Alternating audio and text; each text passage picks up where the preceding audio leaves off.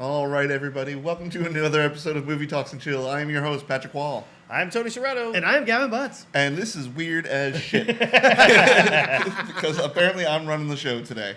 Yay! Go Patrick. Woo!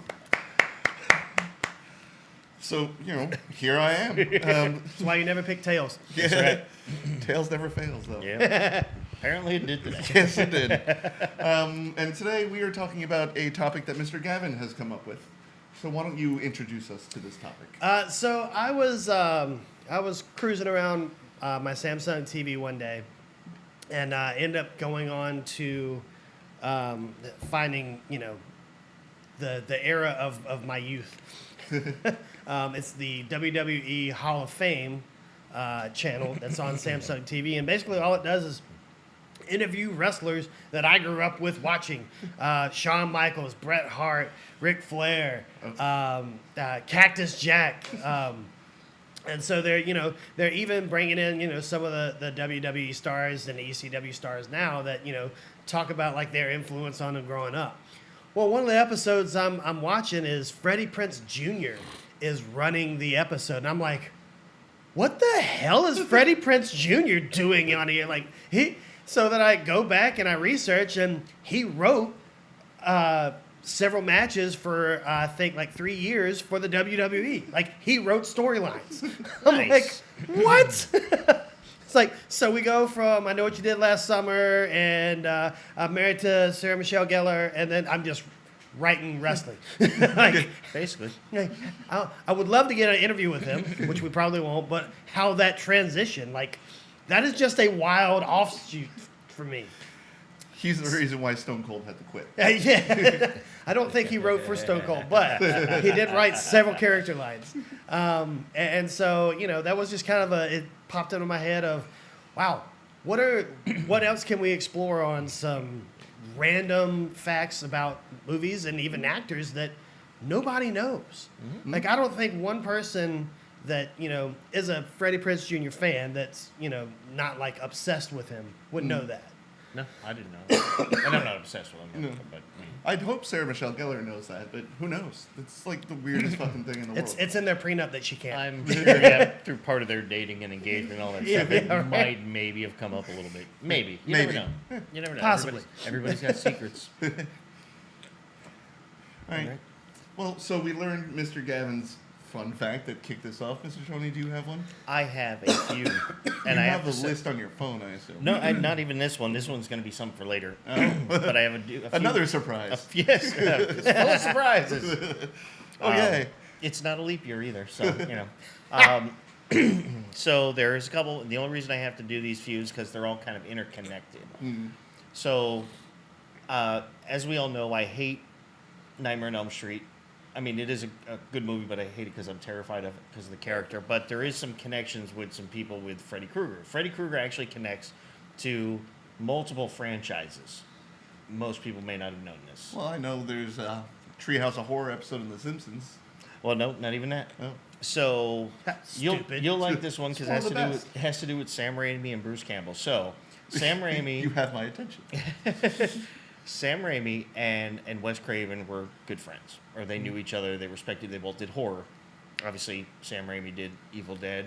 Wes Craven did not only the Last House on the Left, Scream series. He did but Nightmare on Elm Street. He kicked it off. So because they were friends, they decided they were gonna tag team each other on their film. So in a scene in Nightmare on Elm Street, one of the kids, before they're going to bed, I don't know if it's a scene where all the kids are in the living room or if it's when Johnny Depp gets killed when he's watching that TV on his chest, but they're watching Evil Dead Oh. in there. Well, and I believe it was the second Evil Dead, when Ash is running out to get the chainsaw in the shed, there's all the tools hanging up, there's Freddy's glove. Oh, and It's a very quick thing, you can barely see, you kind of have to frame the thing Right. to check it out. it's like trying to find Sam Raimi's car in the Multiverse of Madness movie. Yes. Yeah. You can Yes. spot it if you're good. Yes. I had to pause it during my home rewatch to see it. So that one connects Freddy to Evil Dead, right? But there's a more interesting thing that connects Freddy Krueger to another huge franchise that I know Gavin is definitely a massive fan of. Not the newest trilogy, but of Star Wars. So Robert Englund, the guy who famously donned the mask Freddy, and who actually Freddy became the face of New Line Cinema. That's actually how New Line Cinema was able to keep going. The house that Freddy built, they called it. Robert Englund heard about this little movie called Star Wars when he was an up-and-coming actor, the original New Hope. And he heard about this character called Han Solo, right? So he thinks I can do that. He goes out. He had, I believe, no, this is before V, which is kind of what he got into the other parts later. So anyway, he goes out and auditions for Han Solo. Long story short, doesn't work out, right? Famously went to another actor. But he was looking through and he says, "Oh, well, who are you still looking for?" And because he was talking to the casting directors and George Lucas and stuff, and he's like, "Oh, we're still looking for this person, this person, this person." One of the people they were still looking to cast besides Han Solo, even though he didn't get it, was Luke Skywalker. Well, Robert Englund just happened to have Again, famously went to someone else. Yes. So Robert Englund just happened to have a friend of his that he was helping out who was staying on his couch while he was trying to make it in the biz. That man's name was Mark Hamill. He said to him, "Hey, there's this audition I just went for in Star Wars for Han Solo. Didn't get it, but he was telling me about this character, Luke Skywalker, and he's describing the character, and I think you might be good for it." Mark Hamill goes out, auditions, gets the part. Aw. Thank you, Robert Englund. Yes. I never thought I Thank you never for say that, but yes. Thank you for scaring us and giving us our Galaxy Saber. But also, before we move any further, there is one more connection. There's other Star Wars facts too, but this one actually also intrigued me. So, speaking of Han Solo, so there multiple people auditioned for that role. I can't list off all the names, but people you would know. I believe even I want to say maybe even James Caan and a couple other people had auditioned for that role. Damn. Because I think Al Pacino was one too. he might have, yes. But I think it was James Caan. If I remember correct, I could be wrong, so forgive me. But I believe the story went, he had done a Godfather, so they saw him playing this high-strung guy. So James Caan's like, "Oh, I could play a high-strung guy in space this time," because he's kind of the bad guy, bad boy guy. So all these people are reading. Well, there was a guy that just happened to be friends with George Lucas. He had a small part. George Lucas put him in. It's called Harrison Ford. You may know him. A little bit. So he used to do carpentry work and odd jobs for George Lucas and stuff to kind of make ends meet and stuff, or help out on certain sets to build stuff. And occasionally he would run lines to help George out as the other guy. So they're doing all these interviews or rehearsals for Han Solo, and there's Harrison Ford reading with them, or reading as Han Solo for their auditioning for other parts. And then finally the casting director looked at George Lucas like, "Why are you looking for Han Solo? He's right there." And so he's like, "You think?" And he's like, "Yeah." And he's like, "You're right." So Harrison Ford got the role just by sitting in helping out George Lucas. It's all about who you know. Yeah. There was another. I think it was the character of Ian in Jurassic Park that Al Pacino had also went for, or they had tried to pursue him, and I just don't think it worked out at all. But so SNL got wind of it, and they made a skit, and it was if Al Pacino did Jurassic Park, and it cuts to, I think it was Jason Heder or Jeremy Heder. John Heder? John Heder, yeah. Well, no. I'll look his name up. The heater guy. Yeah, And so he's doing a promo for it. He's like, "Welcome to Jurassic Park, you dumb fuck." And it's then it cuts, and then in the background, yeah, Al, there's no, this is PG-13. It's PG-13. Oh, no. That's a big no-no for this guy. Which of the dinosaurs has a cocaine? I was like, how awesome would that be? Is the opening line, "Welcome to Jurassic Park, you dumb fuck." I'd see that version. Yeah, right? You're so stupid. It's a fucking raptor over there. I'm not going in that cage. What about you there? I'm sorry, go ahead. Yes, before you go, I did want to share one of my favorite facts of Star Wars, and this wasn't on one of the movies, but it was for the first season of Mando. Yeah. Is their final their final scene or their Where they're fighting Gus from cli- Breaking Bad. Yeah, exactly. the climax of the You first said season. climax. I did that for you. I like being in the seat. I don't now. I see the new leg the table grew. But anyway, so like they were having an issue with trying to get the size and the grandeur of the scene with all the stormtroopers because they didn't have it in their budget to have 200 Stormtrooper.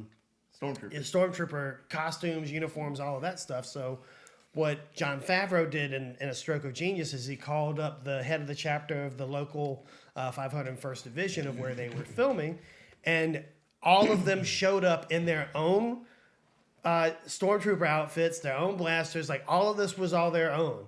And then they filled out the street with all these stormtroopers as they're bearing down on Mando, trying to get Grogu, Baby Yoda at the time. Yeah, he didn't have a name at that point. He didn't. He was just the child. He will always be Baby Yoda. Yes. I don't care what y'all call him. But it was real beautiful. Like that these fans that's a lifetime memory for them. Oh, yeah. Like they got to be in an episode of an actual Star Wars or series. And at the end of the filming, they actually have like Jon Favreau and Pedro Pascal and all the characters in the front, and then all the 501st Division that showed up were in the back. So it was really cool. That's awesome. And I was saying just before we started, like, And anyway, so sorry. you want this chair? No. There's a good and a bad with the chair. Yes. I feel for you. But I can't wait to going back to being a jackass. Heavy next lies week. the crowd. I just want to go back left. I just want to go back left. Someone's in my seat. This is not my spot. This feels wrong. Turn it in Sheldon over here. that's what's That's my going spot. That's my spot. A fundamental law of physics has been broken. Yes.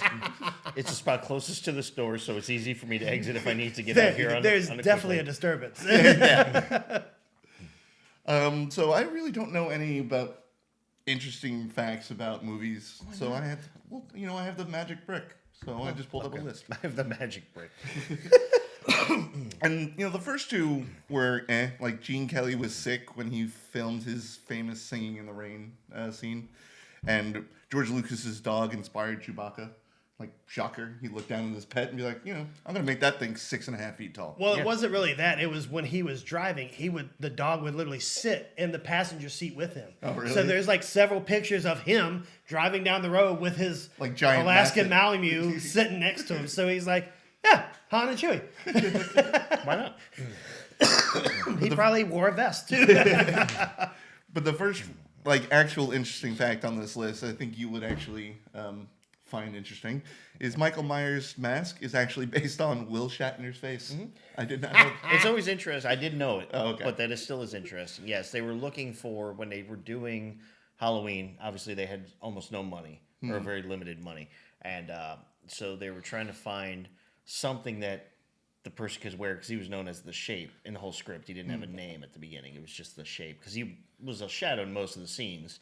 But they wanted something kind of menacing, and then they saw the William Shatner mask, and they didn't like the pale skin look or the skin I look. was so they afraid you were sprayed about. painted Well, white. then they saw William Shatner, and you're like, you know what?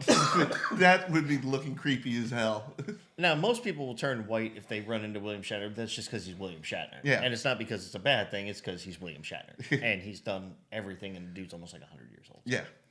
But yeah, so they wanted it more menacing looking, There's so they spray something painted in my it white. hand. Something. But yes, that is always fun to know. It is. I didn't know it. Did you know that Christopher Walken was a lion tamer in the circus when he was 16? That's awesome. That man can do no wrong. I mean, and probably a lot of cocaine, but He was 16. yeah, So yeah. I don't know if he was into the cocaine thing at that point. I don't know. If I had to go try and whip a lion, I might do a rail to calm myself down. Wow, your lion is angry. Can I get a whip? This guy, you gotta have more cowbell. Wow, your lion he keeps coming after me. I need something to stop him. Hold on, I gotta go to this Fat Boy Slim shoot and be in a music video.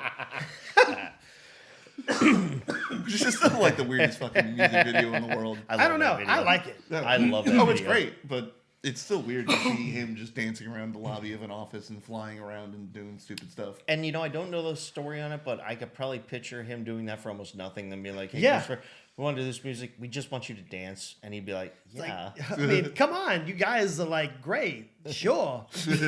Why What do wouldn't I stand? Why wouldn't I? Yeah. I'm not going to insult crazy. Christopher Walken by doing an Don't, impression. don't you dare ask anyone else. I'm here. Give me the watch.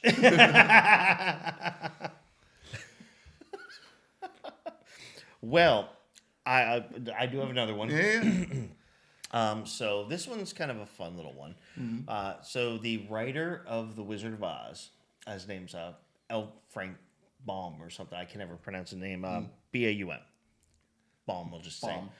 Apologize if I'm mispronouncing. F. but- Scott Fitzgerald. Why So do you he want wrote The to Wizard- fuck Scott Fitzgerald? So he wrote the book, and then obviously they made the movie. And the guy who played the wizard in The Wizard of Oz, they were low on costume design. He needed like an overcoat. I remember the Wizard of Oz came out in like what 1930 something, if I remember correctly. Well, it was in And color, so it must have been like the 50s. half or partially through. Yeah. So first movie to actually switch from black and white Yeah, to color. it was the ever. first what they call Technicolor. Yeah. and they wanted to accentuate the slippers and the yellow brick road. Yeah. So he wanted a coat. He said the wizard needed to look nice or nicer, but it wasn't obviously, it was kind of a ratty coat, but he went to this like thrift store wherever he got it. He found it in this like secondhand shop at this thrift store. Well, inside in there is an embroidered name, and the name was Frank Baum. So he looked into it, and I think it was someone that was working on the set who had been married to him actually confirmed, yes, that was his jacket. They had no idea that it was ever going to be connected. So the guy who played the wizard in The Wizard of Oz ended up wearing the jacket that was owned by the writer of The Wizard of Oz. That's cool. I do know one slightly. It's not even one fact, but there's a movie with Harrison Ford, and all the Star Wars talk got me thinking about it, where he plays the CEO and he sets up like a corporate espionage kid to be hired by a different company, and then just give him information. Basically, he's corporate espionage. But in that movie, Harrison Ford has like a buzz cut, shaved head, and the director, he showed up for day one of shooting. He's like, "Where the hell is all of your hair?" And he's like, "Oh, I had to cut it for this last thing I did. Is this going to be a problem?" He's like, "I guess not. We can roll." Go ahead. Speed. Yeah, kind of showed up like that. Very little I can do about it. So Right. do what you got to do. But this one on the list I found is actually kind of interesting to me because I love kind all of like these- also like Bill Murray. He just Yeah. you hear nothing from him until he shows up the day of filming. Oh yeah, yeah. Well, they didn't know on Ghostbusters that if he was actually going to make it or not. And then he showed up, and he had already had his lines ready and everything. He just showed up the day of shooting. They were waiting, and they're like, "We got to start soon." Here comes Bill. All right, let's go.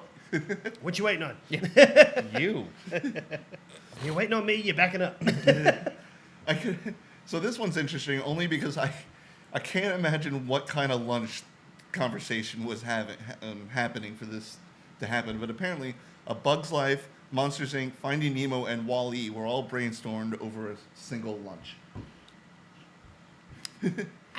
Yeah, I can see that.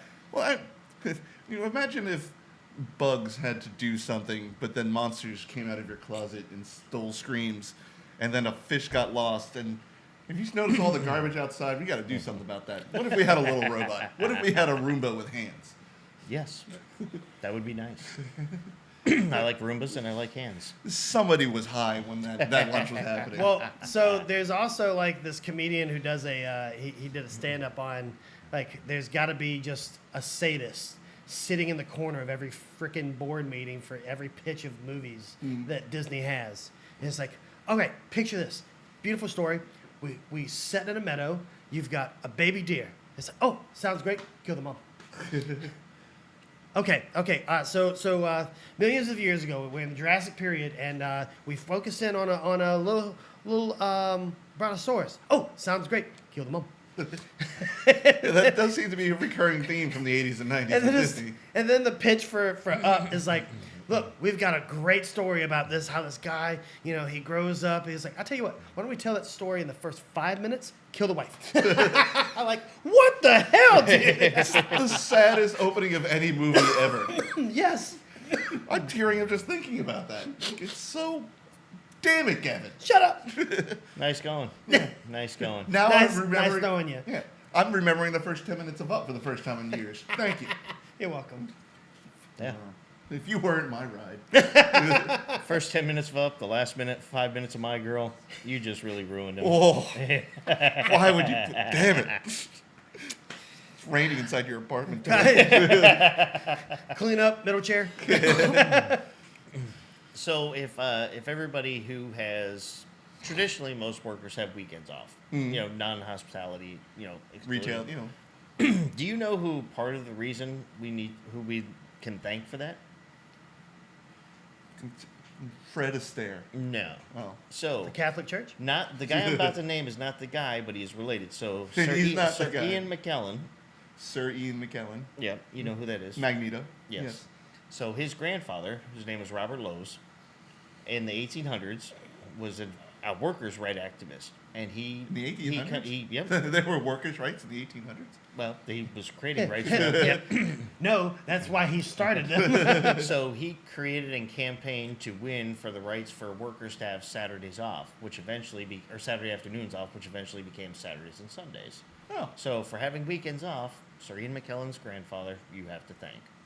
well, you know what? If I ever meet Ian McKellen, I will make sure to thank him. So now you know who to thank when you say Sunday Fun Day. There you go. Actually, that would be the Catholic Church. That was the one day they were like, no, you do not work when you go to Mass. Shut up, his grandfather. Yeah. All right, Saturday, Fatterday, whatever, Yeah. whatever you want. I don't Saturdays know. are for the Saturday, boys. Saturday. I don't know. Saturdays are for the boys. Yeah. Sun's out, guns out, bitches. I say that like I did something epic yesterday. All I did was go to courtside, then went home and took a nap. It's a pretty standard Saturday. I mean, it was a good day in my book. So here's an interesting die-hard little factoid. Alan Rickman's face when he's falling out of the window is genuine terror, apparently.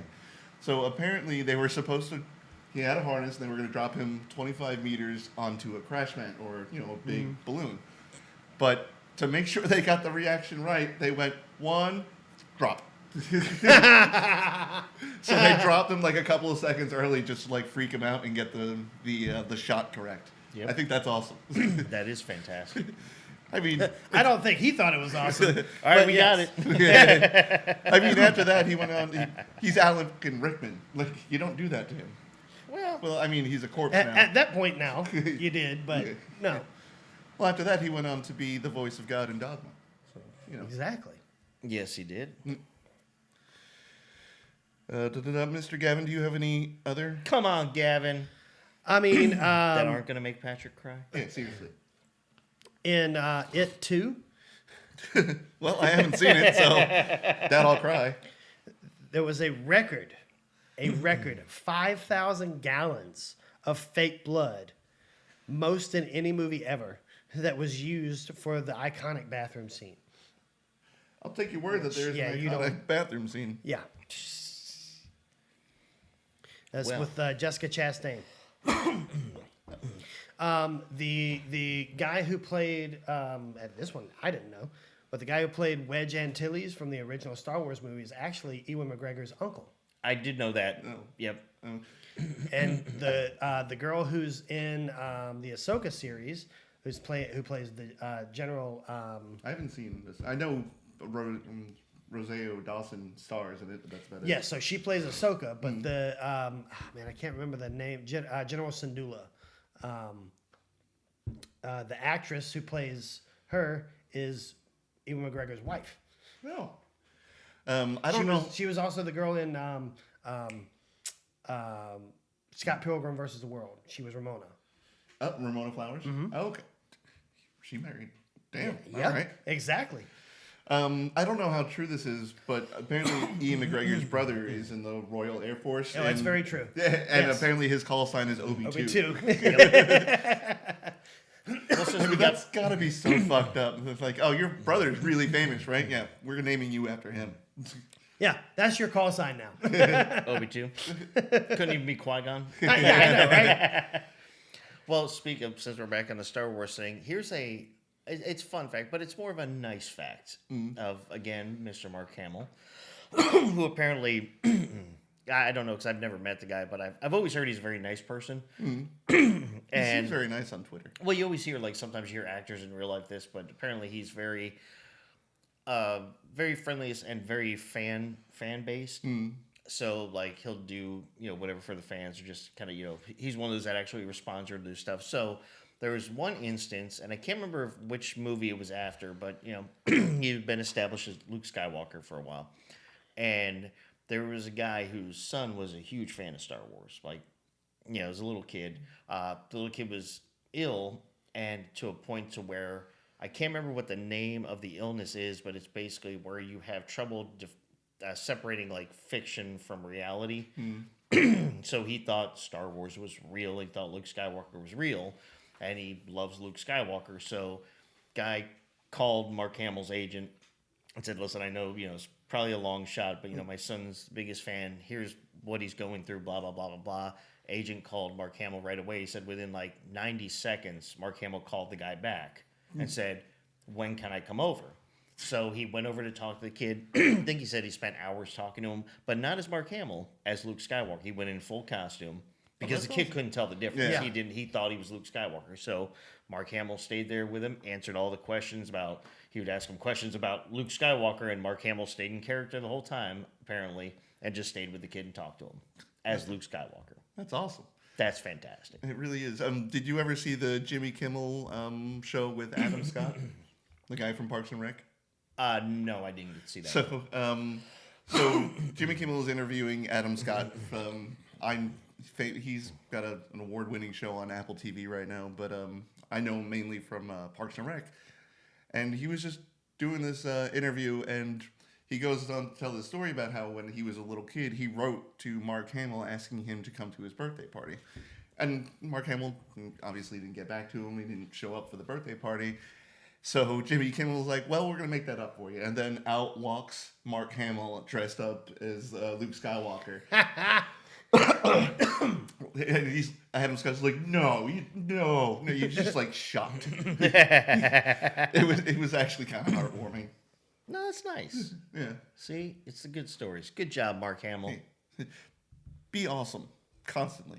Like, Just this is I don't be know. excellent to each other. I don't know how proud this film is to have this title given to it, but apparently Bend It Like Beckham was the first Western film to be broadcast in North Korea. What? Apparently. Yep. Here's what I found for Home Alone, and I like it because it's the tarantula scene with Daniel Stern. So at Home Alone, the prop department originally had created a tarantula to put a prosthetic tarantula put on Daniel Stern's face. The director made them use a real one. Also, the tarantula's name was Barry. Not a name that I would pick for a frickin' spider. So, while preparing for the scene, the animal trainer on set goes, "Just don't make any sudden threatening moves, and you'll be fine." Solid advice. To which Daniel responded, "But I'm going to be screaming in Barry's face. Do you think he'll feel threatened by that?" I would ask for clarification on what threatening means. Yeah. The animal trainer simply said, "Barry doesn't have ears. He can't hear. Relax." That's fucking awesome. That would not give me comfort. No, it would not. It would not. It's like, don't make any threatening moves. I'm going to be screaming in Barry's face. Is that threatening to Barry? Also, didn't know spiders didn't have ears, but whatever. Yeah. Yeah, but that's okay. Yeah. I just be thought of an threatening. actual fact that's not on my list. Oh, That's good. It's a good thing because they can't hear me screaming every time that one of them jumps around. It's It's actually a pretty famous fact, but in the original Poltergeist, when the daughter falls into the backyard pool and it's raining and then all the corpses start coming up, those are actual human bodies, like real life, because it was actually cheaper to just get real human skeletons than the Yeah, then plastic to buy. ones. Yeah, then to buy them. The problem is they didn't tell the actress until and roll, speed, by the way, those are real, action. Fun fact. I would kill that director. Yeah, no I'd be like, shit. listen, man, I need the money, but seriously, I'm done. I'm done. After this scene, go fuck yourself. That's why they made sure that was probably the last take that they did before they put everything in the can. Yep. Well, I read one, so I found this one site. Again, this is just stuff that I'm reading on some of these. But apparently, when Robert De Niro was playing the role in Cape Fear, he was playing Max. I can't remember his last name, his character name, Psycho. but the psycho guy. He wanted to be in the role he wanted to be to have be in that role so bad that he paid his dentist $5,000 to make his teeth look as bad as possible.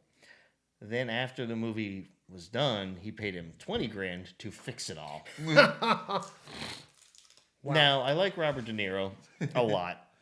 He's a good actor. I respect it. I know he had probably the money to do it, but dentists are expensive. Yeah. Man. I mean, that's kind of thrown in everybody's face. Yeah. So this one's fun. Apparently, Woody Harrelson's father was a contract killer. Apparently, he got 2 life sentences for assassinating a judge in 1979, and he also claimed to be one of the shooters of JFK. Well, that's probably why he was able to fit that role in Natural Born Killers so well. He probably Yeah. Papa. I came to confess. I was the second gunman on the grassy knoll. Well, did you know that? So we all know Johnny Depp. He played that the character Gonzo, Hunter S. Thompson, in Fear and Loathing in Las Vegas. I could see by the blankness in your face. I have seen it, but it's just the wheels are turning. Yes, Fear and Loathing in Las Vegas. Twitch. He was actually good friends with him. He actually knew him in real life. He was, and that's actually one of the big things when he was going to do that part. Because he knew him, he studied every single thing about him. Like I think he went on the road with him a couple times just to kind of see how he did things. And apparently, it's not that far off from how Gonzo really was. Really? Yeah, fun fact. And that's a fun fact. Here's another one. Apparently, some of the noises you could hear in the original Jurassic Park are tortoises mating. That sounds right. Yeah, it's the sound of the T-Rex is actually just 2 tortoises going at it.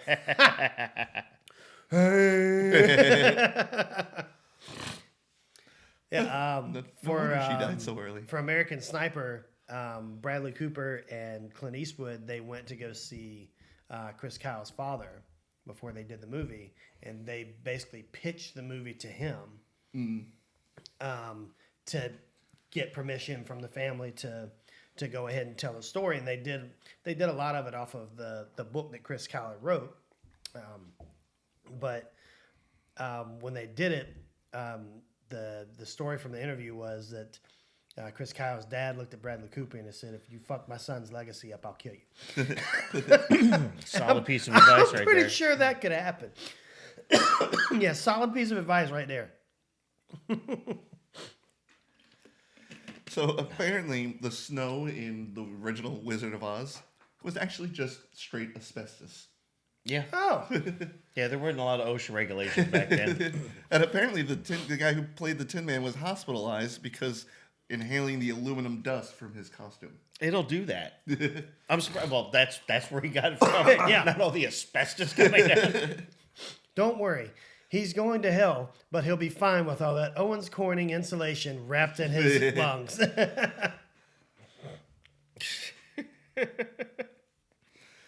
Fun facts. Oh, 100%. Da-da-da. I have to pull up the Wizard of Oz. Yeah, I just read that one. Damn it.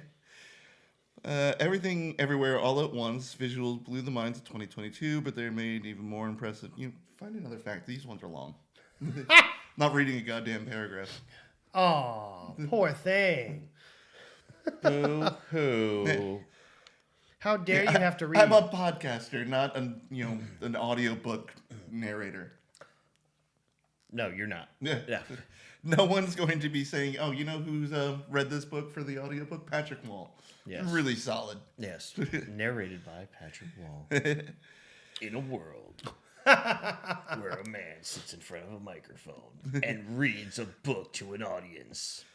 He is poor because no one listens to his books. He doesn't even get rights from the book that sells itself. These were all self-published, so he just read them out Yeah, loud. you just read them. Hello, everybody. Today we're looking at The Portrait of Dorian Gray. Oh, It's a good book. It's one of my favorites. I like. So here we go. Uh-oh. In Hostel, writer-director Eli Roth came up with the premise from the film after discovering a Thai website where people can pay to torture and kill another human. Oh, Really? Roth was talking to a friend about the worst, sickest things they'd ever seen on the internet.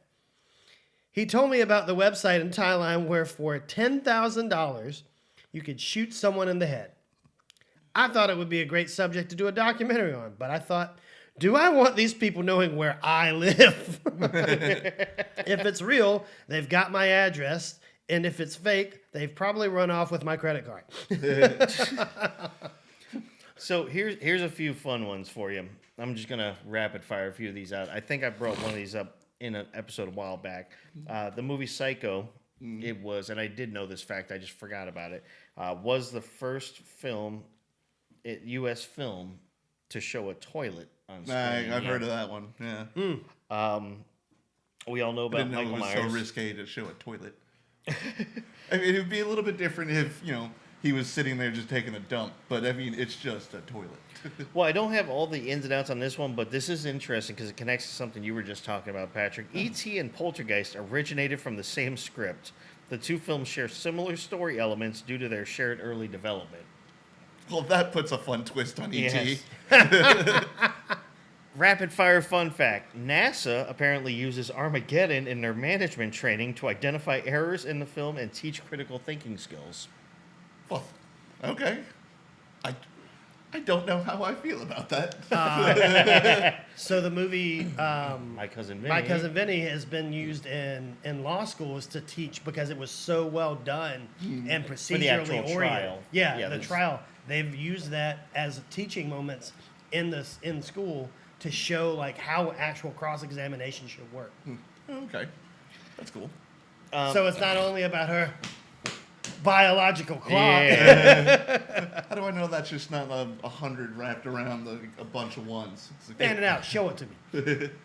He's like, I got your money right here. Pop! Take! He gone. So, did you know what the original title for the film Scream was? Slasher Daddy? No. Oh. Please, mommy, not this. I'll give you a hint. They made parodies of it that use this name. Scary movie. There you go. Ah! Originally, that was supposed to be the name of it. Rose McGowan's nipples. Dolly Parton. Famous titles. Not famous titties. Well, here, have you guys looked up BuzzFeed? This is 19 mind-blowing behind-the-scenes facts about iconic films. I want to open this up because I want to know what their definition of mind-blowing is. Right. But here, So- fun fact. Oh. So here's one, again, going back to Star Wars, and I've probably said this one on the show before, but, the title, they always use code names. They never use the actual title of the film whenever they were filming the movie. So the first Star Wars parody, Blue Harvest, that Family Guy did, that was the actual name. That was the code name. That was the code name for the very first Star Wars, was Blue Harvest. Yep. Apparently, in the early productions of Toy Story, Buzz Lightyear had a different name. Do you know what his name was? Buzz Somewhere? Nope. Buzz New Year. Lunar Larry. That's fun. Lunar Larry. Lame. That guy got fired. So here's a kind of ew fact. I mean, ew if you were thinking about this, if this happened to you. So, watching Christopher Mintz Plazi's sex scene in Superbad, so that's the guy that was McLovin, Yeah. gets even more awkward when you learn that his mom chaperoned him behind the scenes. She was the intimacy coordinator. There was no erection in that scene whatsoever. Mintz was 17 at the time, so he had to wait for her to arrive on set to fake sexual intercourse in front of her. Fun. I can't see that. Just imagine like his mom like just behind the camera and he's like, you gotta move your hips a little bit more, baby. Just a little bit more. She ain't feeling that. You gotta get really in there. Ew. Get Ew. harder, harder. Oh God. You're doing it wrong. Oh, you're just like your father. Mom! Shut up, you're making $100,000. Yeah, you're not going to school. You're not going to college. Or at least this will be paying for your college. Exactly. Gene Kelly was sick while filming. Yeah. Yeah, we all know that Gene Kelly was sick, right? He was a human being. And he was Yeah. dancing in the rain. Of course he got sick. Let's see here. The bees you see in the 1992 horror classic Candyman were all real. Yes, this includes the bees coming out of Tony Todd's mouth. That's awful. All real. Yeah, I hope he got paid so much money for that. A dental dam prevented the insects from sliding down the actor's throat. He got stung 23 times while filming the disturbing scene, but was nicely compensated for his pain. Oh, I Todd bet. negotiated a bonus of $1,000 for every sting. Damn. All right, 23 grand. I think I deserve more than that for getting stung in the mouth 23 times. Yeah. just a bit. You want real bees in my mouth? Are you kidding me? It's like that scene in what do you call it? The Rock. Oh yeah. Oh, yeah. You want me to put this into my heart? Get me the fuck out of this. Get that thing away from me. Yeah, don't get near me, man. No, don't get weird about it. Just found Touch a, me. Don't touch me. Don't touch me. Don't touch me. when was film invented in the 1890s? Okay, I guess. Yeah. Okay. The first actual movie was called Horse. Who- And it was almost like, those. Remember when you used to make those little booklets? You like- draw a picture and you draw it slightly and then you'd flip it. Yeah, flip books. Yeah, flip books. So that was basically. You ever have these little books that you would flip? Yeah, You flip books. Yeah, that's them. Shut up. First movie's called Horse. Shut up. So it was basically like that. It was a scene of like a horse taking like a few steps. I think they said it was like, I don't know, 10 seconds long, something like that. Oh damn. I think I read this somewhere before. Which is why they call in them the, motion pictures, by the way. Ooh. in the first Spider-Man, in the Spider-Man with Tobey Maguire. The Sam Raimi Spider-Man. Yeah. The good director. Whatever. So his the scene where he tries to come to the aid of Kirsten Dunst when she's falling and he has to catch everything in the cafeteria took 156 takes to get it right. You mean with the tray and everything when he falls? When You're he's talking about in catching? school? Yeah. Mm-hmm. And they had to I use, think they I had to actually- use magnets and stuff eventually. If I Yeah, remember they correctly, eventually had said. to. Yeah. But I think I remember seeing like a meme about that here recently.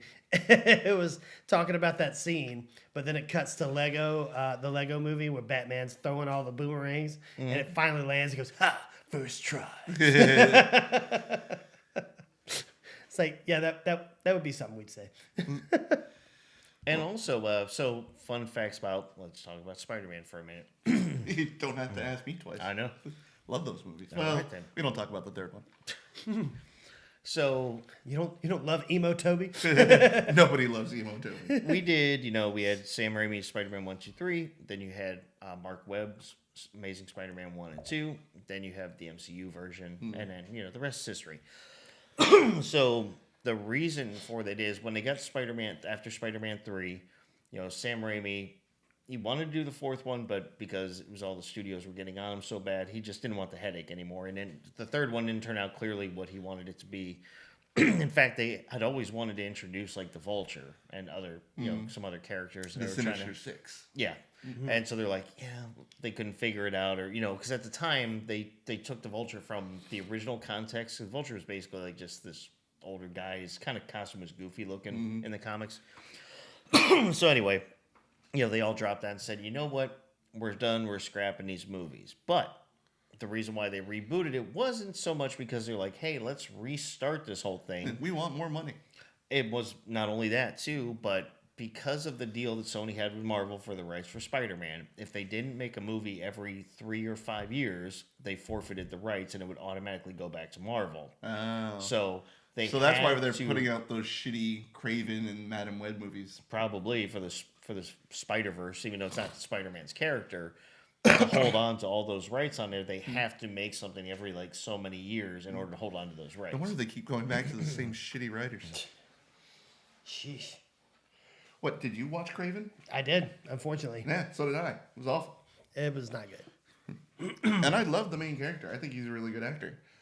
But that movie was terrible. You know what was actually pretty decent, though, is that new cartoon, Friendly Neighborhood Spider-Man. I've been seeing ads for it. It does seem interesting. Yeah. It's not bad. It's really about it's a different Earth version of Peter. So, but it's him actually learning how to, get through this. He just gets bit at the very beginning. And just watch it. You'll like it. Apparently, in The Incredibles 2, Frozone's wife, Honey, was set to finally make an appearance, but unfortunately cut her scene for 2 key reasons. Do you know what those 2 reasons are? Neither do I. I have to read the article real quick. Divorce. One, we felt like we stayed Dismemberment. away from the big action scene, blah, blah, blah. This is boring. This is like the worst. This is the BuzzFeed That's the article. worst setup Yeah. ever. Do you know? I don't know either. I'm going to read it. Now this sucks. Hey, you know what? I'm trying to be polite to the audience. I want them to know that I care, that I'm not about to read this garbage BuzzFeed article. Yes, he for cares about you. them. Not so much you for making me sit in this chair. Yep. You're all right. You're right. But you gay Irish No. fireman. I'm his ride home. That's the, yeah. So what happens if you just leave without him? I don't want to. Come on, stay around. We'll have a few laughs. Hey, I'll get come out you to the coast. Well, I didn't know this, but the code that's in the Matrix is actually a sushi recipe. Yeah, I've heard Oh about yeah, that. yeah. That Yeah, was okay. Well, I always thought it was just random, but no, they like actually put a sushi recipe. Imagine in. trying to freeze frame that for every step. It's like, all right, Right. boil to One- what? Boil to what? 101. Shit. Steam for how long? 20 or 30? Rewind it. Back Yeah, up. go Pause back it. up. Go back up. I don't want to put that much vinegar on there. Well, I think we come up with some pretty interestingly fun facts behind the scenes, if you will. Yes. What are some fun facts you would like to learn? Or if for the viewers, if we have anyone that they'd like to hear fun facts on or share, Yeah, would fun be facts. we have socials. I'm not sure. We're out there in I'm not the- sure what they the are. interwebs. Yeah. Titter, twatter. I don't know what it is. I just like to play with it. Computer, isn't that what those nerds use? Quagmire, there's so much porn on the internet. Ogre, you animal. And the next scene's like, Quagmire, we haven't seen you in a few days. Like, yeah, I've just been checking out that internet Oh my porn. God, what happened to your arms? Just checking out that internet porn. You must clean your browser off using the deadliest mouse in the office. Otherwise, Jeff, the hot IT guy, will come and see all the Who you porn. clearly have a crush on. Would you like to play a game? Patrick, you have to run this episode. The keys, Jeff, have been destroyed. Will you synergize and get out of here? Or will you spend the third weekend this month stuck in the office? Well, here, just to give everybody this one, and a lot of people already knew this, but again, Star Wars. But, in Big Bang Theory, the one episode, that was the very first time that James Earl Jones and Carrie Fisher ever met Oh. in person. Oh, wow. I did not know that. Yeah. Well, it kind of makes sense because he only did voiceover. Yeah. Yes, he did. And, that was the other one, is that the iconic line in Empire, the ending, the big twist, I am your father. Spoilers. Yeah. Sorry if you didn't know. Yeah, but Vader is Luke Skywalker's Yeah. father. You are the father. Oh, Yeah, Maury just shows up. nobody knew that they even them they kept it out of the script from everybody on the set until he actually said it on that moment. So nobody who was working on that movie, they did tell someone did leak it to Mark Hamill like a few minutes before the scene. But when they were filming it, and everybody on the set, because you got 1 million people on the Right. crew, and he says What? that, yeah, that's basically what they were waiting. So no one knew that was actually going to happen. Huh. You're welcome, America. It's like the Poltergeist story. Those are real. Action. Those are actual corpses. That was your grandfather. Yeah, Palpatine comes out like Maury. He's like, the results are in. Darth Vader, you are the father. No!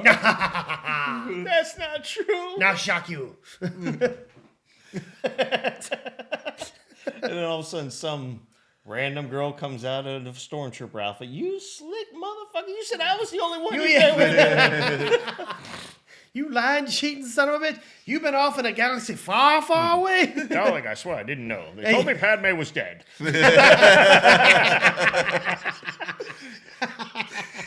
That was good. I like that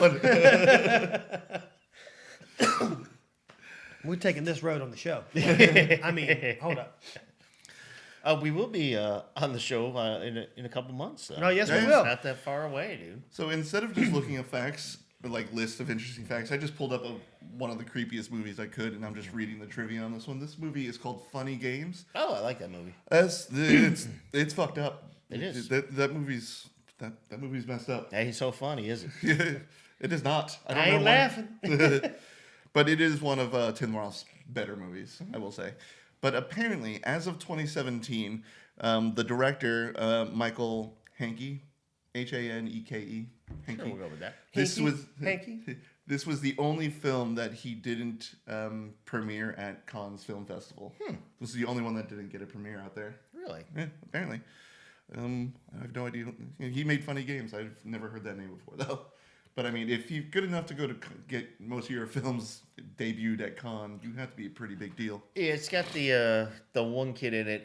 God, I can't remember his name, but he played in the movie Bully. He was also, if you ever watched Boardwalk Empire, I've on heard of it. HBO, he was the younger kid that Nucky took on Oh, to help okay. him out. Jimmy, Yeah. character Jimmy, that's who is the main character in Funny Games. Yeah, they just show up at this family's like resort house because they're like rich boys, so they come over in like this like tennis outfits and stuff. Yeah. When they're driving up to Tim Roth's house, you see him in the yard with their neighbor, and you're like, oh, I wonder what's going on over there. And you realize, well, they killed him. And then they literally just walk in the back door of this mansion on the lake, and he's like, they're just talking with Naomi Watts and Tim Roth, and he's like, oh, you guys play? Takes out like a 9-iron, whack, Tim Roth's shattered leg, and then he goes down for the rest of the movie. Naomi Nice. Watts almost, spoilers for a movie that came out a long time ago. Naomi Watts, the two kids basically get away with this. So at the end of the movie, they kill Naomi Watts in a boat in the lake, and then they just show up at another house, and then the heavy metal music starts playing just to say they're going to do this again, Nice, and it's messed up. nice. It's not nice. I was in college talking with a friend, and she's like, "Oh, I love this movie. You should watch it." And I was like, "Oh, okay." I hate you. I hate you. Yeah, the next time in class I saw her, I was like, "What the fuck did I just watch?" Why you hate me? Right? First off, I hate you. Why you hate me? Oh, you know why? You know why. That's right. You're not that close to me anymore, are you? Can't just sling fists like that. Yeah. Yeah. No, hold me back. Hold me back. Yeah. We are running out of time. Are there any more quick facts that you would like to shout out to the audience? Sure, the milk used in the original Star Wars that was blue milk, they all hated it because it was actually milk that was like a dry milk that never goes bad. It was for like, if there's like emergencies or, nuclear war or something, But apparently because it doesn't go bad, it doesn't taste good either. So they said it was warm, slightly sweet, and kind of bitter, and then they just added the blue food coloring. They did say later, though, in the new ones, in the third set of trilogies, the ones Gavin's hates, they used the green milk, but that was actually I think it said coconut milk or almond milk or coconut water or almond water or something. Well, yeah, just with and, a little and the green last thing 30 years, well, 40 years almost, there's been advancements in Yeah. what we milk. in it. Yes. Yeah, well, there's been advancement with Mark Hamill will milk because he sucks it right out of the goddamn boob. Yeah. I could have gone all day without. Remembering that? Yes. It's the worst part about that movie. Yep. I don't feel bad about making you cry now. Well, god damn it. But we are running out of time. If you check our social media, we are gearing up for the Sunscreen Film Festival, April 24th through the 27th. 20th anniversary. Yep, 20 years they've been doing this. 2-0. Like last year, So you can sleep with it, you just can't get it drunk. That's right. Well, we've been to that after party. It's getting drunk. It's been getting drunk for 20 years. Yes. But that is coming up. We will be there like last year. We will be at the second level of the mezzanine. If you will be there and you want to come say hi, by all means, sit down. We'll have an extra mic for you. We'll have more information about ticket pricing and that as we get closer to the event, but just wanted to give a shout out real quick.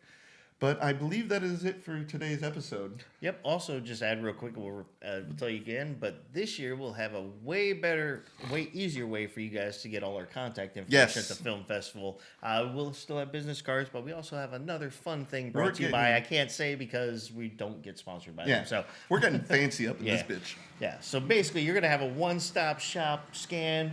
You got all our information. You've got websites. You've got all the social medias. You've got payment arrangements if you want. If you'd Yeah. like to buy some of our shirts. Maybe Talks and Chill, the podcast guys. So yeah, we're looking forward to that. Also, we'll continue to give shout outs, but shout out to all the guys that make that thing happen. Oh, and, 100%. And all the board of directors, Ben, Doug, and all them guys, and Scatter Brothers Productions, and all the people that are a part of it. So we are super excited. We'll continue to. This time where you're going to hear us talk about it a lot more because we're amping up and hopefully have Doug, maybe Ben, and either Brian. We'll see. But definitely have one of them on, if not multiples, to give you guys updates as to what's going to be coming up. When we get updates, you will get updates. Yes. But for this episode, we have been Movie Talks and Chill. I am Patrick Wall. Hey, I'm Tony Serrato. I am Gavin Butts. Thank you all. Talk to you later.